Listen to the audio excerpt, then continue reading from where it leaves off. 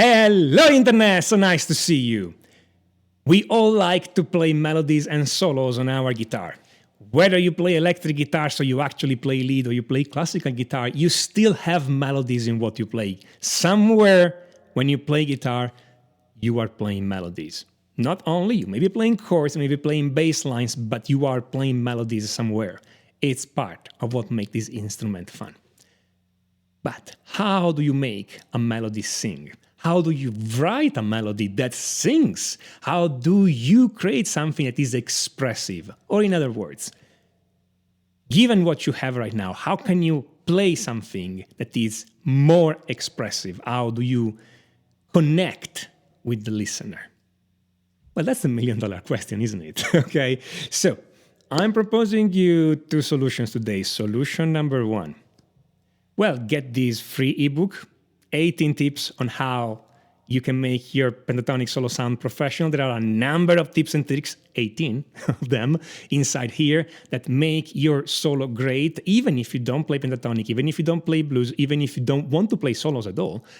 Get this ebook and read it through. There are things that you can use whatever you play on your guitar. It's really good, and it's free. I mean, if I can say so myself, it's pretty good, and it's free, completely free. That's solution number one. Solution number two, a student asked me exactly how to make the melody more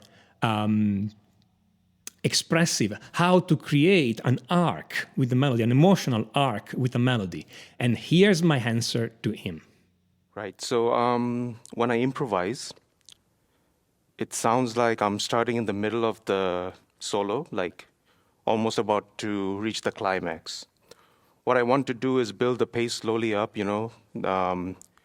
play phrases that are more like vocal melodies, and then slowly build the pace up, and then like reach the climax and play faster stuff. So if I had to give you an example, like a typical Joe Satriani track, like always with me, always with you, that track, right? Yes. So like it slowly builds the pace up, nice vocal-like expressive melodies in the beginning, and then when the tapping part comes, it's climaxing. So that's what I want to do. But when I'm soloing, it sounds like I'm getting straight to the tapping part. Yeah, I see that. Okay. Yeah. So the thing is, you know already what are the characteristics of a vocal melody or of the shreddy part you want to put in the climax. Okay, we don't need to explain that. I mean, we could talk about simple notes, slower pace, the lower dynamic, and all this kind of thing, but you know already. Yeah. So the question is, if you know already what is the difference between the beginning of a solo and the middle or end of a solo, what is preventing you from doing it? One thing that comes to mind is note selections. So I actually had two questions. It kind of relates to the other one. Okay. When I'm improvising, I don't always land on the right notes, especially when the chord changes, and I'm having to either like slide up or slide down to get to the consonant pitch. That might be one of the reasons. Okay. Yeah. So what is happening, based on what you say, I haven't seen you play yet, but based on what you say, what happens is that you are trying to cover up all the goof ups you do it because you're not hitting the right notes. Yeah. Okay. So you see, it's important to know why. Okay.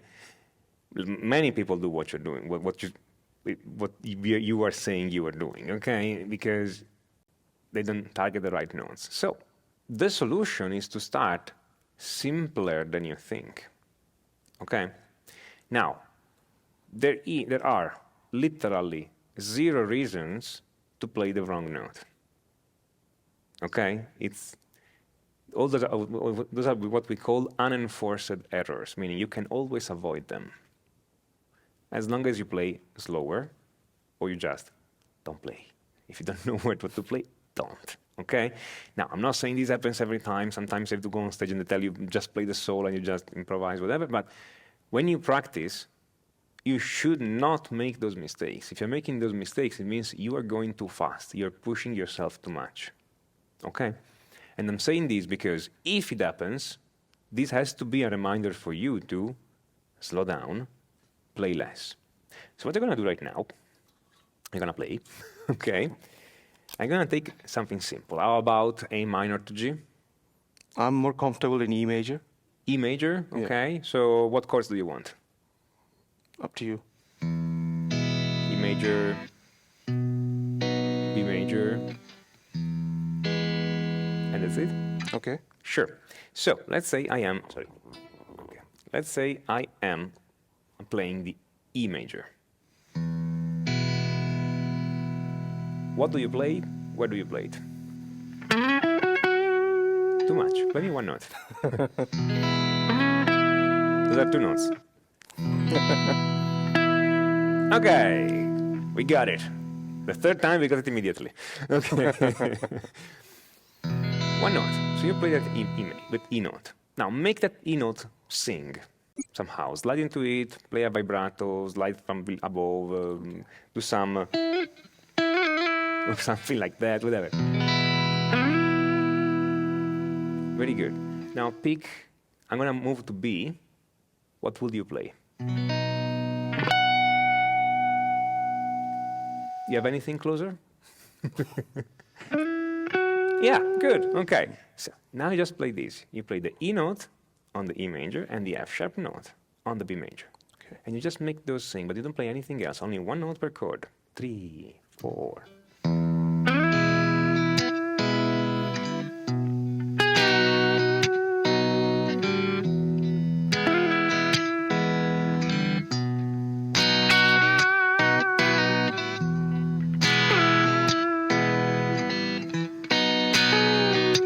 Oops.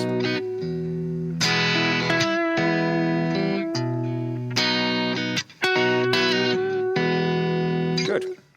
Okay. Is that hard to do? No. Great. It's designed not to be. Okay. Let's pick a different note for the E major chord and a different note for the B major chord.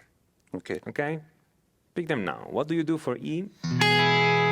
Great. That's a G sharp. It's the third note. What do you do for B? What is that? It's an A. Okay. No, you can use it as a seventh. I mean, Okay. it's not a chord note, but it is usable. If you want to use the B, use the B. I mean, it's no Okay. problem. Just pick one of them. Let's hear both of them. If you play the A, how does it sound? Okay, and if you play the B, how does it sound? Which one do you like best? I like both. I'll play with B. I'll play B. Okay, yeah. very good. So you have G sharp on E and B on B. Okay. 3, 4.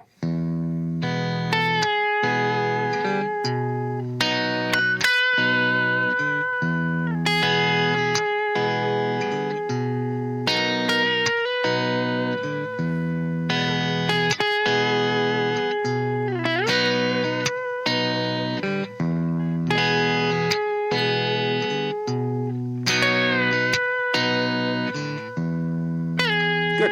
Now, you have two sets of two notes. So you have the E and F sharp from before. You have the G sharp and B from now. Right. So now you have the choice. It's still one note per chord, but on E you can pick the E or the G sharp. And again, simply because of the note you choose before. And on the B, you can play the F sharp or the B, simply because those are the notes you picked before. Okay. Ready? 3, 4.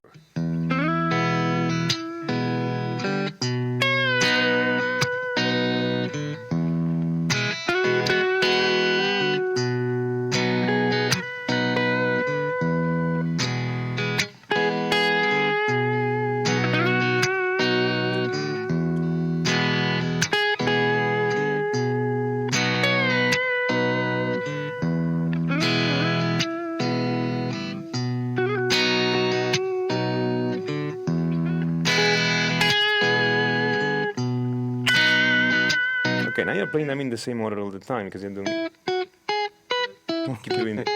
What I want is, I want you to change the order in which you play them, so then maybe go here, then here, then maybe the here, then here, then here, then here, then here, then here, then here, then here, then here, then here. Okay, so Right. not exactly the same order all the time. 3, 4.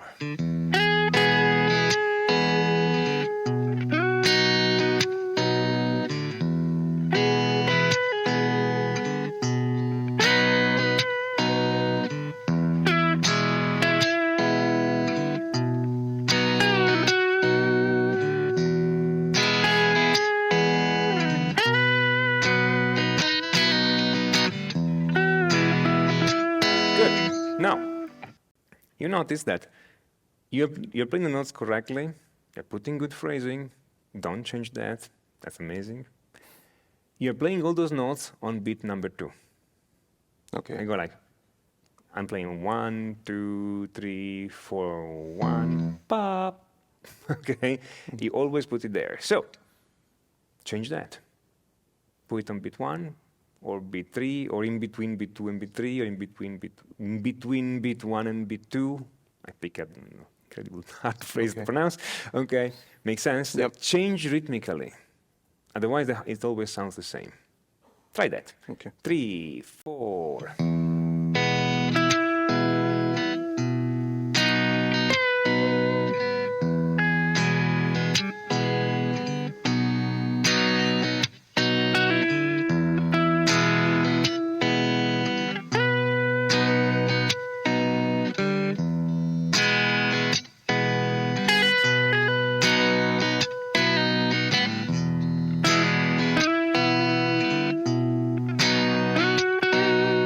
Starts to sound a little bit better, huh? Yeah. Okay. You see that you don't need to use a lot of notes. Now, I'm not saying we can do this for 20 minutes, okay? But for the beginning of the solo, that's exactly what you need. Few notes, chosen well, with good phrasing. The only way to do it is to train yourself to do it. If you always play exercises, the shreddy part, etc., when you start improvising, guess what's happened? You're going to play fast the shreddy part, okay, and exercise-like parts. So you need to train to do this. And that's exactly how you do it. Pick a note, then another note, and do it. Use backing tracks of 1 or 2 chords. Make them yourself, okay? Just grab your phone, record the chords in that. Yeah. The sound quality is not an issue, so just record however it happens, and improvise on top. Or use a looper pedal. Those are always nice, okay? Yep. And you just do this. Okay, and you work on the other elements, meaning the phrasing, timing, but you know what notes you're playing, so there is no choice involved in there. Then later, change the notes, same to chord, change the notes, and explore a different area of the fretboard. Right. Little by little, you'll get the feeling. Your brain will put all this together, okay? You mentioned always with me, always with you. The first chord in there is B, it's in the key of B. Right? Right? Those are all notes, but I should. Those 3 notes are in the B arpeggio, and then there is the 4. So it's 1, 3, 4, 5. Okay, so it is built on the chord notes. Right. Okay. Also, because since he's playing, the chord here is B major with an added 4th. And this is a B major with an added 4th. So it's literally restating what's in the backing track Okay. for the very, very first phrase. Okay? That's how you build those things. You do the obvious thing. You just do it well. Right. Okay? And then later you go on the shreddy fast part. We are all under the impression at the beginning that the melody part is the easy part. And so we train furiously to play fast and clean and in time and do all those shred exercises. But the reality is that both parts are hard. The shred part is hard. To play it clean in time, under pressure maybe, okay, it's hard. But the melody is as hard. It's a different skill. It's the skill of making it sing and presenting something that is musically obvious because it's just chord notes, but inject meaning and emotion into it. So for both things, we need to practice. And there must be a balance. Right. You decide the balance. I'm not telling you, don't shred, and I'm not telling you, if you don't play melody, you're not a musician. For me, if you want to play exercises all the time and just do the super fast thing, fine, it's the music you want to make. But you asked me to play melodies. That's why I'm telling you, find a balance. Find space in your practice time to do this and to make it sing. One is the way we just did it. Right. The other one is to learn good melodies, and the first part of Always With Me, Always With You is great. All the melodic part at the beginning, it's just great. And then learn to play it and learn to make it sing. Okay? Yeah. This is your exercise. That's what you have to do. It's a great, simple solution. Thank you for that. It has to be. It has to be simple, otherwise we don't do it, okay? Right. Fantastic. Thank you very Ines. much. Thank you.